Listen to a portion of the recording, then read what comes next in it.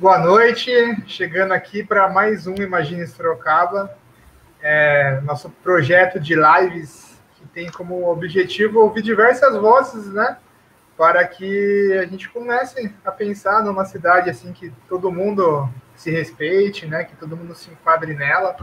Enfim, eu estou com o André aqui mais uma vez, que vai me ajudar a conduzir a entrevista, né? E hoje a convidada é a Maria Tereza. Então, boa noite aí para vocês dois. Tudo bom? Boa Boa noite, Caio. noite.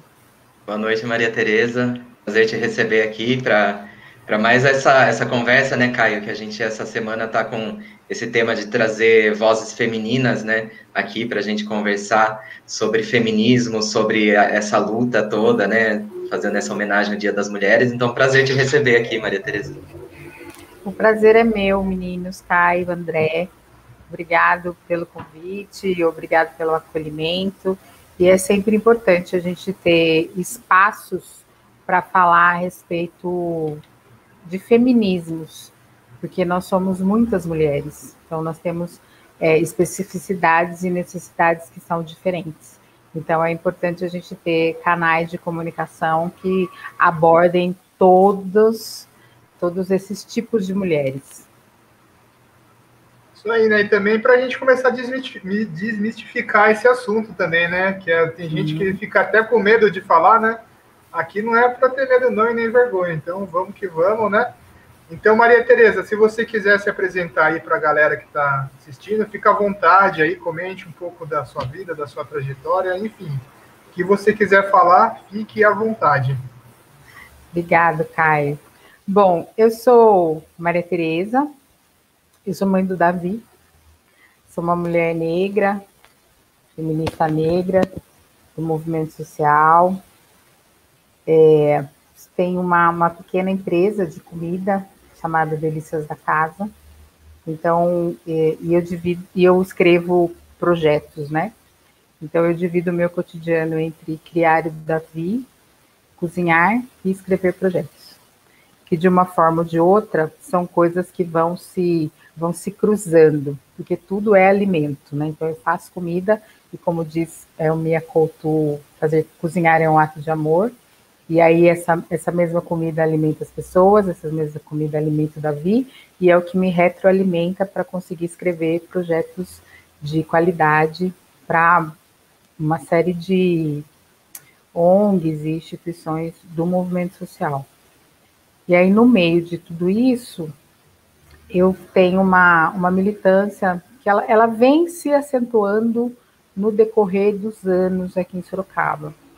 As pessoas, outro dia, uma pessoa me perguntou, mas como que você chegou até aí? Eu falei, então, eu não sei, eu cheguei caminhando. As coisas foram acontecendo e eu fui aceitando e fui me empoderando do meu lugar de fala e da potência da minha voz, entendendo que, enquanto uma mulher negra, se a gente for pensar na constituição da sociedade brasileira, o meu corpo é um corpo que sempre foi violentado e sempre foi silenciado.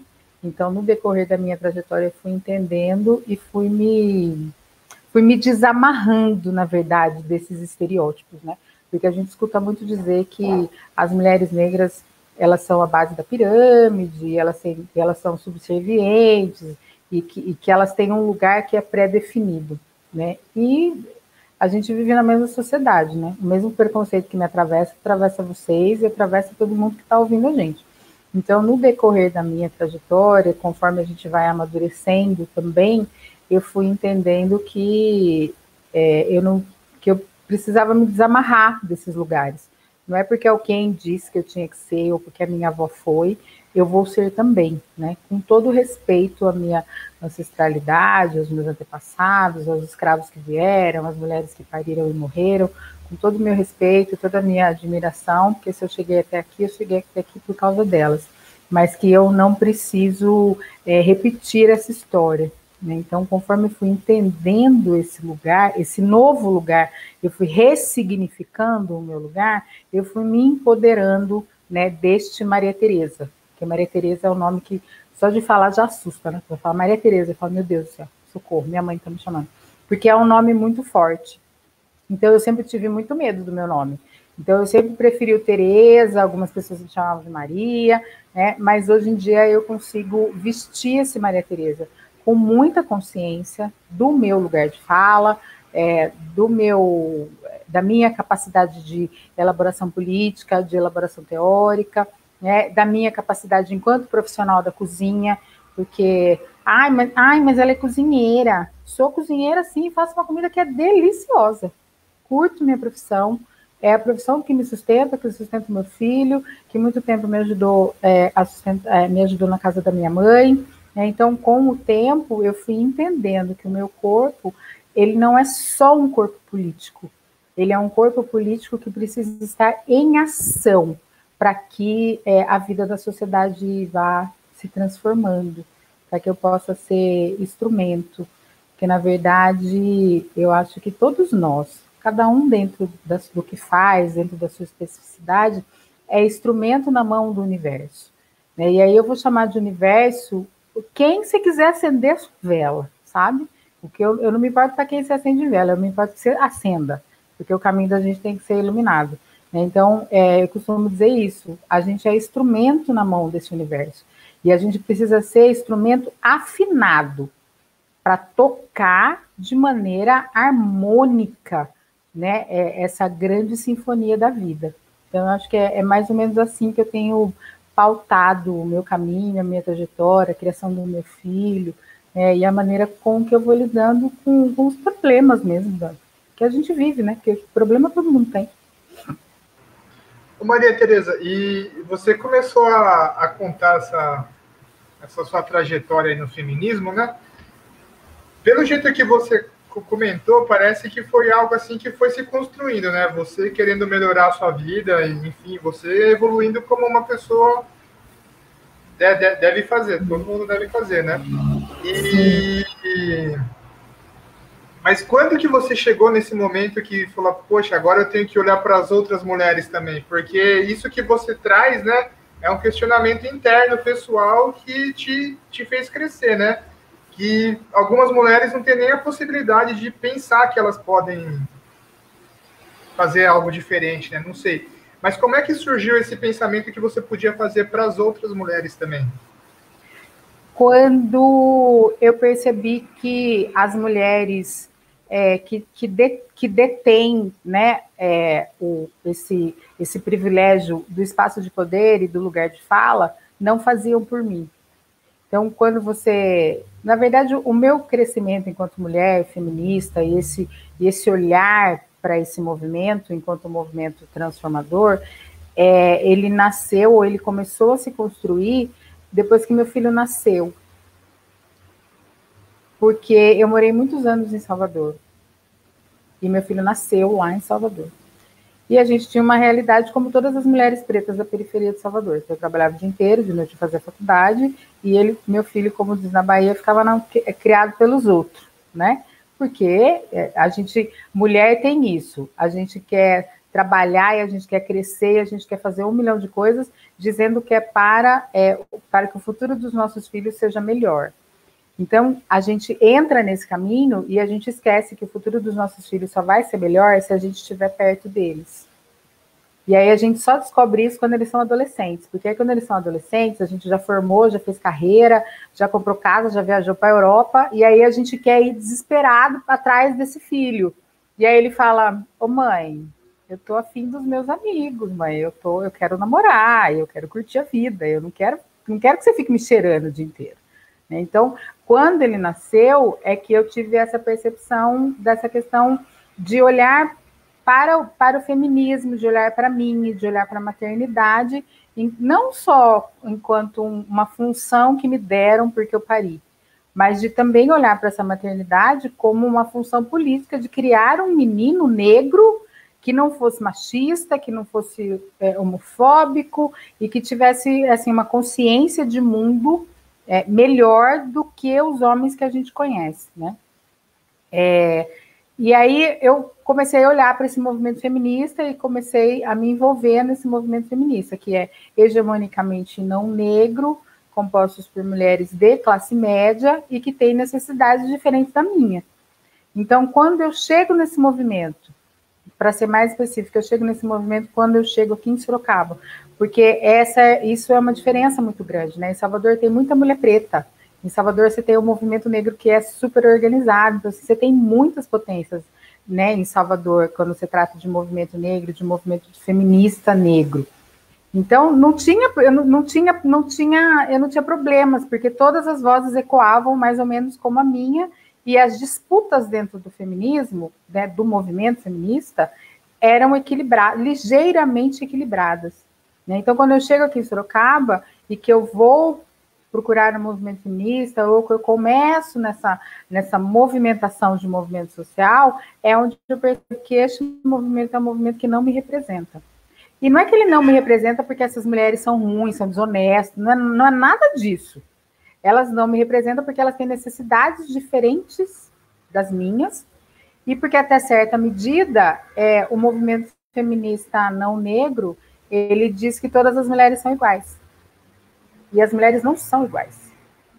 Nós não somos iguais. Eu porque sou preta, a outra porque é trans, a outra porque é japonesa, a outra porque é gorda, a outra porque tem anemia falciforme, a outra porque tem deficiência física, a outra porque é lésbica. Então, assim, nós somos muito diferentes. Então, o movimento feminista, de maneira geral, ele unifica esse corpo. É mulher. Simone de Beauvoir já falava que a gente não nasce mulher, a gente se torna mulher. Então, a gente se torna mulher, e a gente se torna mulher a partir das nossas especificidades, a partir das nossas necessidades. Então, na medida que eu fui vendo que esse feminismo, ele não ia me representar, se ele me representasse, ele ia me representar a partir dos seus parâmetros, eu falei, olha, acho que eu vou ter que começar a estudar, vou ter que começar a abrir minha boca, e vou ter que começar a dizer que a gente não pode tratar todas as mulheres no mesmo parâmetro. Então, foi a partir desse pensamento, né, de olhar para esse movimento, que eu acabei me colocando nesse papel que eu estou hoje em dia. Né? E eu também penso, Caio e André, que é muito complexo a gente ter essa voz de dizer que a gente fala por todas as mulheres. Né? Eu não falo por todas as mulheres, eu falo por mim, que sou Maria Tereza, que sou mãe do Davi, que sou proprietária do Delícias da Casa, que sou uma mulher negra, que tem a minha história, vai ser atravessada e vai ser parecida com a história de outras mulheres negras. Então, a ideia ou a minha função, enquanto instrumento, enquanto harmonia, né, do universo, é dizer do que vai se relacionar comigo, com a minha trajetória, porque isso é muito comum na trajetória das mulheres negras. A gente passa quase que pelas mesmas dificuldades, quase pelas mesmas coisas. Então, na medida que eu tenho esse entendimento, eu consigo falar sobre isso. Mas o fato de falar sobre isso não quer dizer que eu fale por elas, que também é um equívoco desse feminismo que a gente conhece. Então, esse feminismo que a gente conhece diz que fala por todas as mulheres. Não, a gente não fala por todas as mulheres. Você fala que é mulher e que tem uma trajetória e que pode ter acontecimentos, situações, sensações e sentimentos igual a de outras mulheres. Mas você fala a partir do seu referencial e não a partir do e não fazendo do seu referencial um referencial de conjunto, apesar das similaridades. Ai, não sei se eu... parece... Nossa, ficou complicado isso. Imagina, acho que não ficou, não.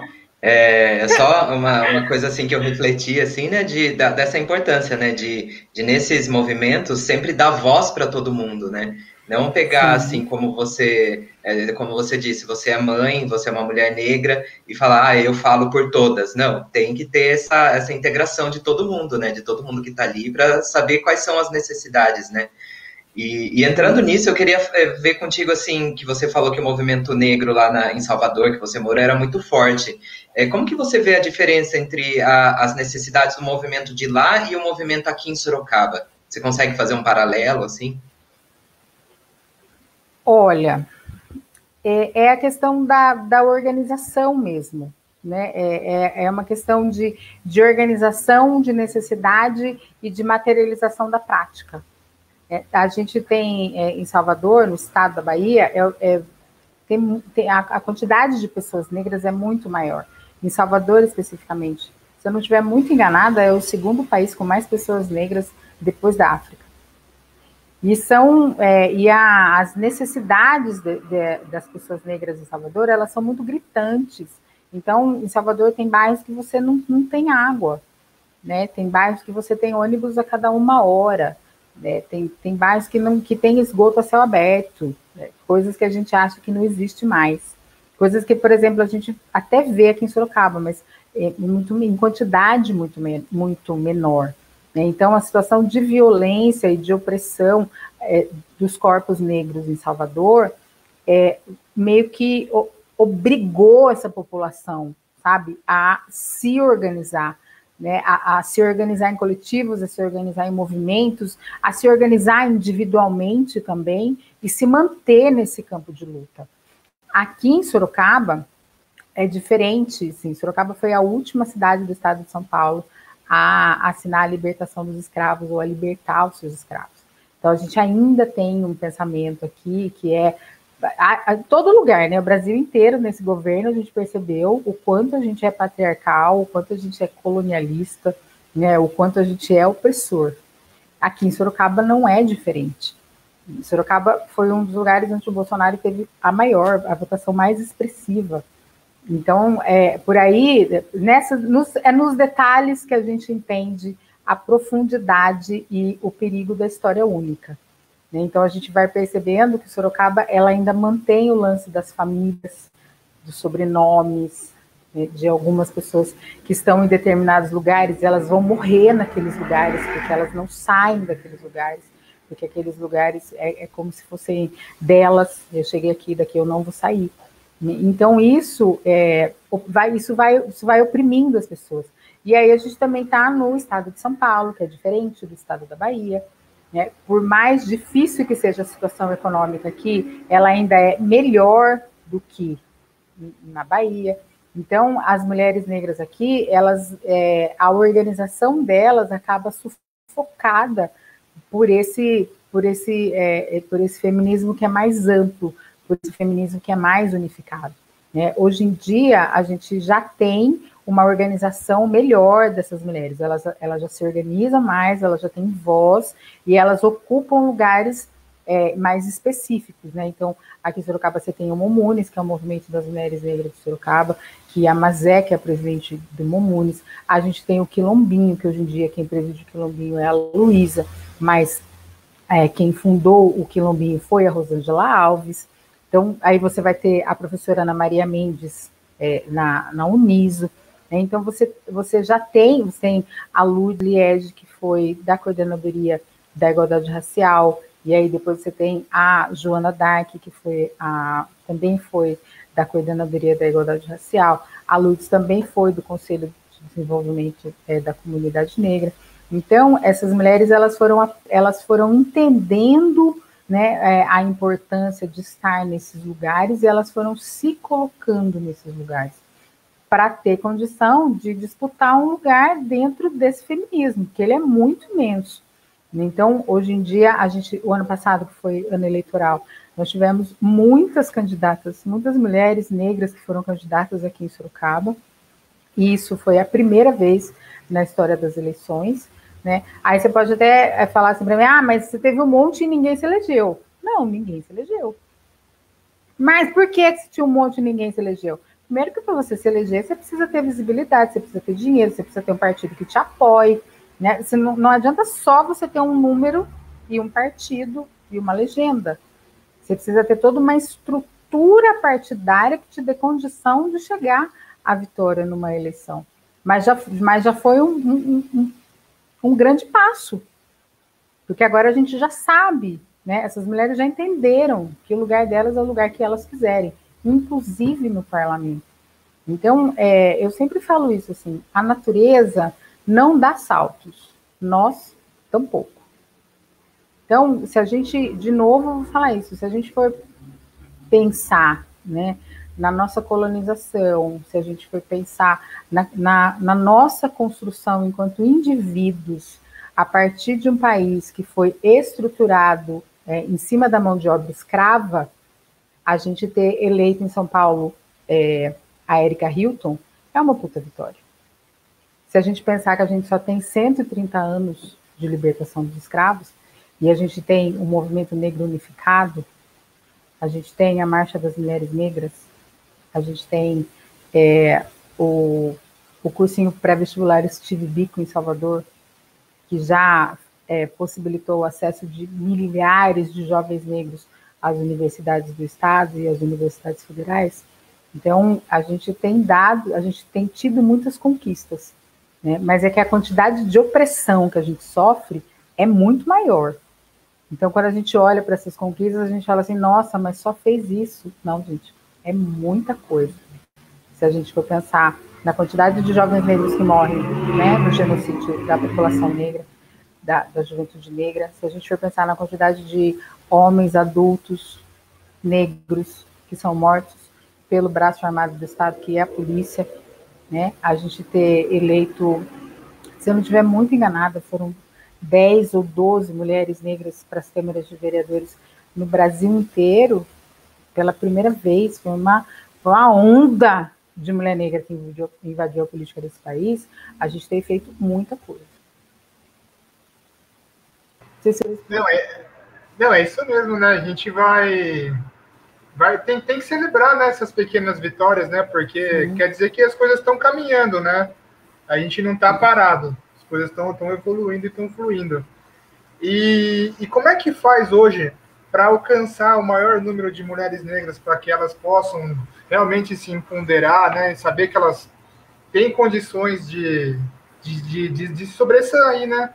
Você enxerga que existe um caminho aqui em Sorocaba para isso, onde a gente consiga acolher mais e mais essas mulheres e elas possam ser cada vez mais fortes? Caio, existe um caminho, mas ele não é um caminho assim aqui para Sorocaba, né? Ele é um caminho para a sociedade que a gente vive. Primeiro, a gente precisa tirar essas mulheres dessa base da pirâmide. A gente precisa entender que que a escravidão já acabou. E por que eu estou te falando isso? Eu tive uma aula hoje de tarde, a gente leu um texto da Lélia Gonzalez. Foi um texto que ela escreveu em 1959, chama A Mulher Negra na Economia Brasileira, ou muito parecido com isso. Eu já pego aqui. Espera só um pouquinho que eu vou pegar.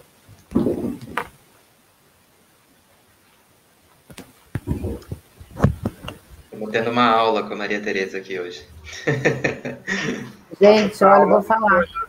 Vocês deram muita sorte de eu ter um texto assim. Aqui, achei que eu estava falando. Vocês deram muita sorte de eu ter um texto assim, ó, pronto. Eu nunca tenho. Quando eu falo que eu vou pegar um texto, eu tenho que mobilizar a casa inteira para achar um livro. A mulher negra na sociedade brasileira é uma abordagem político-econômica. Ele escreveu esse texto em 1958. E ele fala da situação da mulher negra. E é um texto que diz exatamente qual é a situação das mulheres negras hoje em dia. Ele não é um texto que traz uma novidade. O que a gente está vivendo aqui é a manutenção do que essas mulheres vêm vivendo desde que elas chegaram no Brasil. É claro que você tem vitórias, lógico que você tem vitórias, mas no grosso, a situação ela continua na sua manutenção. Eu vou ler só um pedacinho para vocês. Ele vai falar que existem dois tipos de trabalhadoras, né? A mucama e a trabalhadora de eita. A trabalhadora de eita trabalha na plantação. Enquanto mucama, cabe a eles a tarefa de manter em todos os níveis o bom andamento da casa, grande. Lavar, passar, cozinhar, afiar, tecer, costurar e amamentar as crianças nascidas do ventre livre. E aí eu pergunto para vocês, qual é a diferença desse texto que foi escrito em 59 para qualquer empregada doméstica que vocês conheçam ou tenham passado pela vida de vocês, ou pela vida dos seus familiares, ou por qualquer livro de história que vocês leiam. Aí só vamos substituir essas crianças, e amamentar as crianças nascidas do ventre livre, vamos substituir pelas crianças que estão em casa porque as crianças estão sem aula por conta da pandemia. Então, quando você me pergunta qual é o caminho é a gente passar a discutir privilégio. O caminho é a gente trazer para a centralidade dos debates as questões raciais. O que significa isso? Significa quando a gente vai discutir orçamento, vamos discutir aqui o orçamento da educação. Quanto do orçamento da educação a gente vai tirar para fazer a implantação da Lei 10.639, que é a lei que é da obrigatoriedade do ensino da história africana nas escolas. Vamos discutir o orçamento da saúde. Quanto desse orçamento da saúde a gente vai tirar para investir na saúde da população negra? Os caminhos para a transformação, primeiro, eles são institucionais e depois eles são caminhos pessoais. Cada um de nós entender o quanto de racismo corre aí no seu sangue. Porque todo mundo é racista. Esse negócio de falar assim, eu não sou racista, é mentira. Todo mundo porque todo mundo cresceu na mesma sociedade, todo mundo assistiu a Xuxa, gente. Como é que, a menos que você tenha nascido em outro planeta, aí você pode falar para mim que você não é racista. Mas se você nasceu neste planeta, se você nasceu no Brasil, você é racista. Uns são mais, outros são menos. E aí, qual que é o segredo da transformação? É me reconhecer racista. Assim, eu sou racista. E aí, medir a quantidade de racismo que você vai ter aí na sua construção enquanto ser humano, e saber da disposição que você tem em se transformar. Porque se você se reconhece racista e tem a disposição de se transformar, o seu vizinho se reconhece homofóbico e tem a disposição de se transformar. Aí a sua prima, que mora lá no Paraná, ela assume que ela é gordofóbica e ela tem a disposição de se transformar. Né? Se essas transformações forem sendo feitas individualmente e sucessivamente, a gente vai ter uma sociedade menos preconceituosa, menos racista, menos homofóbica. Porque essa sociedade ela é composta por cada um de nós. E aí a gente tem o péssimo hábito de dissociar a sociedade. Coloca a sociedade como ela é um ente apartado de todos nós. A gente fala assim, a sociedade é desse jeito. Sim, mas quem é a sociedade? A sociedade é composta de que pessoas? A sociedade, como disse meu filho, é composta de nozes. E aí? Então, assim, se nozes não quebrar a casca, né, e não se expor na disposição de se transformar, a gente vai continuar fazendo a manutenção do racismo. Porque fazer a manutenção do racismo numa sociedade capitalista é manter a máquina dando. Eu acho que a pandemia ela é um exemplo muito fantástico disso. Porque o ano passado, há um ano atrás, a hora que alguém falou em algum lugar, tem que fechar tudo. Se tivesse fechado, talvez a gente não estivesse nessa situação. Você pode até falar para mim, mas a Europa fechou e ela voltou e ela teve uma segunda onda. Mas se você pegar o tempo que durou a segunda onda na Europa e as decisões políticas que foram tomadas no combate da segunda onda, ela é muito menor do que a segunda onda que aconteceu no Brasil. Então, as soluções, elas são políticas, elas são econômicas, mas elas são fundamentalmente decisões pessoais. Porque todas essas decisões, elas vão passar pelo crivo da sua construção enquanto indivíduo. Por que a Lei 10.639 não dá certo? Por que ela não acontece? Porque ela passa pelas pessoas. Como é que você, um professor evangélico da Assembleia de Deus, como é que você vai dar uma aula que você vai falar das religiões de matriz africana? Porque é impossível dissociar as religiões de matriz africana da construção do nosso país, não enquanto religião que bate tambor, mas enquanto uma filosofia que manteve homens e mulheres vivos para chegar até aqui. Como que você vai dar essa aula? Desde que você se entende por gente, você é evangélico, e desde que você se entende por gente, essa religião ela foi demonizada na sua Como que você vai dar essa aula? Fala para mim. Você não vai dar. Como é que você vai tratar um aluno que vai entrar na sua sala de conta no pescoço? O meu filho é de Candomblé. Ele usa a conta dele no pescoço. No início eu falava, não vai, deixa para ir só pro terreiro. Por quê, mãe? Não tem problema, pra gente dar, né? Dar a diminuída no mal-estar que isso vai causar. Aí a primeira vez que eu falei isso, eu falei e passou. Mas na segunda vez que eu falei isso, eu falei, você é louca. Você tá louca, né? Então ele não pode andar com a fé dele no pescoço, porque ele vai causar um mal-estar para outra pessoa. Então a outra pessoa pode passar pelo mal-estar e ele tá invertido isso. Aí tem dia que ele não põe, eu falo, viu, tem que botar a sua conta, que é uma questão de proteção. Diga, Caio. Não, é isso mesmo, né? Eu tava relembrando aqui de um período, né? Tem um grupo de maracatu aqui em Sorocaba, né? Que é o Mucumbi. E eu participei dele por 2 anos. E a gente fez um projeto junto com o SESC, né? Que era de tocar em escolas, né? Sim. Em escolas públicas. E em uma das escolas, tipo, normalmente assim, as crianças elas ficam muito quietinhas, assim, né? Elas não ficam com vergonha de interagir, né? E daí a gente sempre abriu para os professores trocarem uma ideia com a gente para que rolasse esse papo, né? E daí teve um dia que nenhum professor falou nada. A gente, poxa vida, né? O que está acontecendo aqui?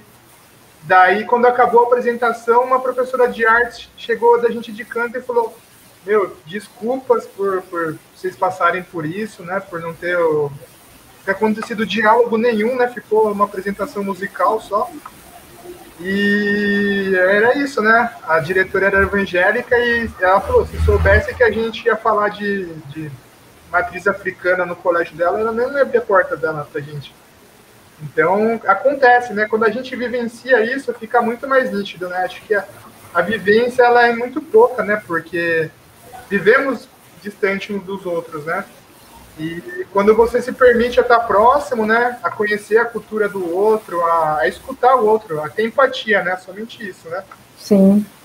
Você começa a vivenciar essas histórias em conjunto, né? E não é legal, né? A gente fica sempre muito chateado. Não é legal. Aqui em Sorocaba tem o Mucumbi e tem o Baque Mulher também, né? Que é um conjunto de maracatu feminino da mestre da Joana e mesmo do mestre Chacon, né? Que também o Mucumbi também tem lá a sua parentela com a mestra Joana e com o mestre Chacon. Eu acho que mais importante do que a empatia, Caio, André, é a disposição de materializar as nossas ações. E aí, quando eu falo de materializar as nossas ações, eu não estou falando da gente ir fazer piquete na porta da prefeitura, não estou falando nada disso. Materializar as nossas ações naquilo que nos cabe no nosso cotidiano e nesse cosmos, pequeno microcosmo da nossa vida. É assim que a gente materializa as ações para que a gente tenha um mínimo de transformação. Porque ter empatia é super legal. É importante a gente se colocar no lugar do outro. Mas se colocar no lugar do outro, sentir a dor e silenciar, a gente só está engrossando a corrente do sofrimento. Então é necessário que a gente tenha empatia e a gente se coloque no lugar da transformação. O que eu posso fazer? E assim, especificamente, o que é isso? Sabe aquele dia que você está no bar, tomando aquela cerveja gelada? Que saudade, né, gente, de ir para um bar tomar uma cerveja com os amigos? E aí tem aquele amigo desavisado que conta aquela piada racista, e aí todo mundo dá risada, e você dá risada também? Para de rir. Porque você já entendeu que aquilo não é engraçado. Você já entendeu que aquilo machuca. Parar de rir é o primeiro passo. O segundo passo é no dia do churrasco, que aquele mesmo amigo fez uma piada diferente, você fala, mano, de novo essa piada? É feio, ó, é vergonha alheia, não faz isso não. Isso é materializar a sua empatia. E é isso que a gente precisa aprender a fazer. A gente precisa parar de ficar, de poupar o outro do incômodo. Então, quando eu falei para o Davi, não vá com a sua conta, eu estou poupando aquela comunidade escolar de saber que ali existe um menino de candomblé, porque isso é incômodo para eles. Então, por que eu vou poupar o outro e eu vou me colocar no lugar do silenciamento? Não vou. A minha mãe fala isso, que quando eu tenho um problema, todo mundo tem problema junto comigo, porque eu não vou sofrer sozinho. E é mais ou menos isso. Por que eu vou ficar descontente? Por que eu vou passar por essa situação de opressão, de constrangimento, de me sentir deslocada, sabe, de me colocar nesse papel de questionamento da minha pessoa, da minha construção de mulher, da minha construção de lésbica, da minha construção de mãe solteira? Porque para você é impensável uma mulher ser negra, lésbica e mãe solteira? Então eu vou poupar você e eu vou me colocar nesse papel? Não vou. Se você está com problema, se você não gosta, conheço psicólogos ótimos. Posso te dar o cartão aí de uma meia dúzia. Você vai se tratar, porque é um problema seu, não é um problema meu. Isso é uma questão de saúde mental. Isso é uma questão de preservação. Me preservar enquanto pessoa. Preservar a minha saúde mental, preservar a minha saúde física, preservar a integridade da minha construção enquanto ser humano, respeitar as minhas referências. A gente precisa aprender a fazer isso. Porque na medida que a gente aprende a fazer isso, isso também é uma maneira de transformar a sociedade. Porque aí a gente vira a chave. Eu vou deixar de me permitir a opressão. E você vai resolver o que você quer fazer com essa opressão que você está repetindo, entendeu? Diga, André, você ia falar alguma coisa. A gente tem que ser um agente de transformação, né? De ver esse preconceito e tentar romper ele, né? Tipo, porque quem tá com o preconceito é que tá errado. A gente não tem que se abaixar, né?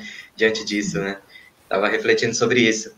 E, Caio, eu vou tomar a sua fala dessa vez, né? Que a gente já passou aqui dos 30 minutos de live.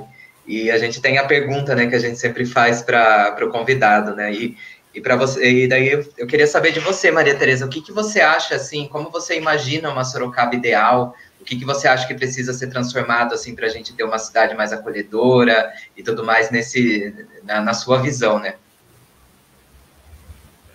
André, eu acho que a gente precisava ter uma Sorocaba mais disposta ao diálogo com o que é diferente dela.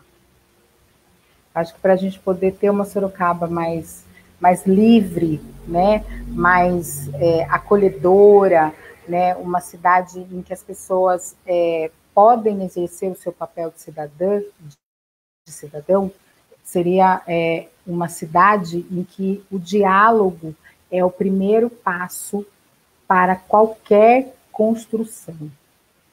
Eu tenho percebido Sorocaba, conforme os anos vão passando, eu não estou aqui faz muito tempo, não, eu estou aqui faz 6 anos. Vai fazer 6 anos que eu estou aqui. De quando eu cheguei para cá, eu percebo algumas transformações no movimento social e mesmo nesse movimento político da cidade. Eu sei que tem um crescimento da esquerda, um crescimento das mulheres negras, né? Mas eu também percebo que na mesma proporção que elas crescem, recrudesce a violência do Estado na questão do silenciamento não só dessas mulheres, mas o silenciamento de todas as pessoas que se propõem a dialogar. E dialogar, para mim, é o passo fundamental para o exercício da democracia. Porque você não precisa concordar comigo. Você não quer concordar comigo, tá tudo certo. Mas você precisa me respeitar. Você precisa ouvir a formulação do meu pensamento até o fim. Você precisa entender que eu sou diferente de você. E que eu não vou ser igual a você. Então, na medida que a gente tem uma cidade que quer deixar, que quer fazer com que todos nós sejamos padronizados a partir de uma ideia, né, de tradição, família e propriedade, a gente vai ter uma cidade cada vez mais acinzentada. Então, eu acredito que uma Sorocaba melhor, uma Sorocaba que inclua, uma Sorocaba que acolha, uma Sorocaba que converse, é uma Sorocaba que dialoga e, principalmente, respeita o meu direito de ser diferente de você. É isso aí, então, né? Ficamos com várias lições de moral hoje aqui para refletir, né? Acho que foi uma aula, como o André falou. Até se estendeu, a gente fez pouquíssimas perguntas, hoje a gente ficou mais no papel de ouvinte, né? Mas, enfim, a gente está chegando aqui já no finalmente, né? André, tem alguma coisa que você queira perguntar? Você fez uma pergunta só hoje, cara. Pois é, por isso que eu roubei a sua fala aí do Pergunta de Imagine Sorocaba, que é sempre o Caio que faz essa pergunta, Maria Tereza. Não, mas foi ótimo, assim, várias reflexões já surgindo aqui, e uma coisa que eu não sabia, Maria Tereza, aprendi com você hoje, é que Sorocaba foi a última cidade do estado a abolir a escravidão, eu não sabia disso. Isso diz muito sobre a condução da gestão da nossa cidade. Pois é. Para imaginar Sorocaba, a gente tem que olhar para trás, né? Não adianta a gente ficar só imaginando o futuro se a gente não sabe como é que chegamos aqui, né? Exatamente. Mas, enfim, Maria Tereza, a gente deixa esse finalzinho aqui do nosso programa para um recado final, caso você queira convidar as pessoas que ouviram ou vão ouvir ainda, né, para participar de algum movimento, né, alguma coisa que está acontecendo. Então, esse é um espaço aí para você falar o que você quiser. Se quiser fazer algum convite, deixar um recado, fique à vontade. Eu já estava aqui já falando, posso falar uma coisa? Ainda bem que você deixou eu falar sem eu pedir. Eu quero convidar todo mundo que está assistindo e que vai assistir depois, né, a seguir o Projeto Enegrecendo, que é um projeto, um perfil no Instagram que eu criei para a gente enegrecer os nossos conhecimentos, né? Assim, bem resumidamente, é a gente passar a olhar esse conhecimento tão amplo que a gente tem sobre todas as coisas a partir de formulações de homens e mulheres negros e negras. Então, o perfil é projeto _enegrecendo. E amanhã, e aí eu faço o Enegrecendo toda quarta-feira às 20 horas. Amanhã eu vou falar com a Charô é uma das coordenadoras do Blogueiras Negras, que é um dos primeiros sites, né, escrito e coordenado por mulheres, que apareceu na internet quando ninguém nem sabia o que era blog, né? As meninas, a Lari e a Charô, já estavam escrevendo. Então, é um blog que produz muita coisa, e eu tenho a felicidade de escrever lá desde que elas começaram. E um outro convite que eu quero fazer é na quinta-feira, às 19 horas, na página do Sesc Sorocaba. O Sesc todo ano tem um projeto de março, né, que chama Mulheria. E esse ano a gente vai fazer 2 mesas dentro desse projeto Mulheria de março, que chama Enegrecendo o 8 de março. Então, quinta-feira a gente vai falar de periferia e trabalho, dia 18, às 19 horas, na página do Sesc, e dia 25, a gente vai fazer uma outra mesa dentro do Mulheria, que vai falar de educação, saúde e saúde mental da população negra, com esse viés das mulheres negras. Eu queria convidar vocês para seguir a página do Enegrecendo, né, no Instagram, e acompanhar a programação do Mulheria do Sesc, que aí o Enegrecendo vai estar lá 18 e 25, mas são muitas atividades, né, que estão tratando a respeito desses corpos femininos. Então, era esse o convite que eu queria fazer, inclusive para vocês dois. Valeu, então. Muito obrigado aí, a gente vai acompanhar aqui, né? Obrigada. Com várias lives, né? Tá fácil, só fica em casa, vamos recebendo conhecimento, isso é ótimo. E agradecer você aqui por trazer essa aula aqui pra gente, né? Sempre muito importante ouvir, né? Ouvir é sempre muito bom. Agradecer o André também por me ajudar aqui a conduzir a entrevista, né? E é isso. Agradecer muito vocês dois aí por esse papo. Valeu. Valeu, obrigado, meninos. Um beijo. Obrigadão, gente. Valeu, boa noite.